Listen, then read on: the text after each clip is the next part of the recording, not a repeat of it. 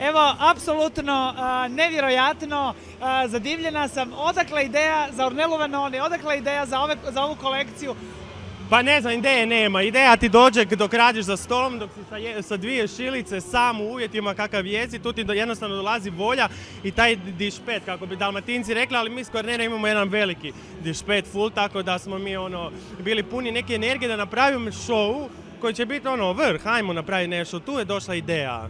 Znaš, ideja treba doći od volje da napraviš nešto drugčije i nešto ekstra. Ako se ne varam, 45 modela? Ne, 53 modela je bilo, molim lijepo. Tako da... Mislila sam na manekenke. Aha, manekenka je bilo 32, tako da je bilo, vidi me kako izgleda, miza je bilo pakleno, umrli smo. Ali dobro, reci. 53 modela, kako si uspio sve to izraditi? A ne znam, vidim i ruke su mi žuljave, sad ću morat malo na one tretmane kako idu ovi celebrity, sad ću ja morat malo, ali iću onu neku ekstremnu, da me malo ruke, da mi sve dođe na sebe, jer stvarno sam radio ko luđak. Šta ti je bilo na umu kad si kreirao ove kreacije? Pa da žena bude istaknuta, da bude seksi, da bude drugčija, da bude poželjna prvenstveno. Jer imam osjećaj da zapravo cure kad vide ženu koja je poželjna, žele tu ženu. Lako muškarci, oni će uvijek htjeti ženu koja je poželjna, ali mušterije, klijenti, kad vide curu koja je full poželjna, seksi, korzeta, one žele tako izgledati. Znači bila mi je poanta da stvorim ženu koju žele i žene, ali i muškarci isto naravno. Poznato je da surađuješ sa brojnim poznatim Hrvaticama. Sa svim, da, to je super suradnje, to su super stvari, sa Severinom je divno, sa Indirom je bilo odlično, to su žene koje fakat plati pa radi, tako da s njima je još veći užitak radi bez obzira na sve, tako da je bilo super.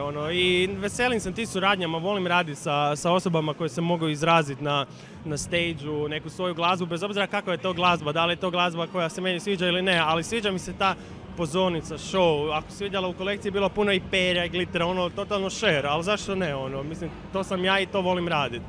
Koja bi bila, ko bi bio ili kakva je zapravo Zigmund djevojka? Pa seksi, mora pokazati svoje atribute, ali definitivno mora biti malo i dizajn, mora biti malo cool, ne vulgarna. Definitivno ne žena koja je toliko pomodna da želi moju haljinu zato što je bila super revija ili obrnuto, nego želi moju haljinu zato što se dobro njoj osjeća i žena koja želi izazvati pažnju. Čestitam još jedanput. Reci mi kako nakon Spire Startera, odakle ideja za Ornelu Vanoli? Pa zato što dolazim s Kvarnera, mislim, pa to je pjesma s Kvarnera, to mi Riječani, pogotovo Kostrenjani, volimo te šansone talijanske i super je završiti reviju, tako da ljude ne sad ćemo dignuti opet na eksploziju, treba malo dati klase neke druge, tako da je bilo super. Jesi li ti neki možda dirigent? Pa danas sam htio biti dirigent Hrvatske, ovako malo... Hrvatske modne scene? Pa htio sam možda i to biti, pa baš me briga, zabavljam se, želim dirigirati svojom modom, svojom nekom estetikom i želim ljude uveseljavati, tako da sretan sam. Puno ti hvala, čestitam. Hvala tebi, čao.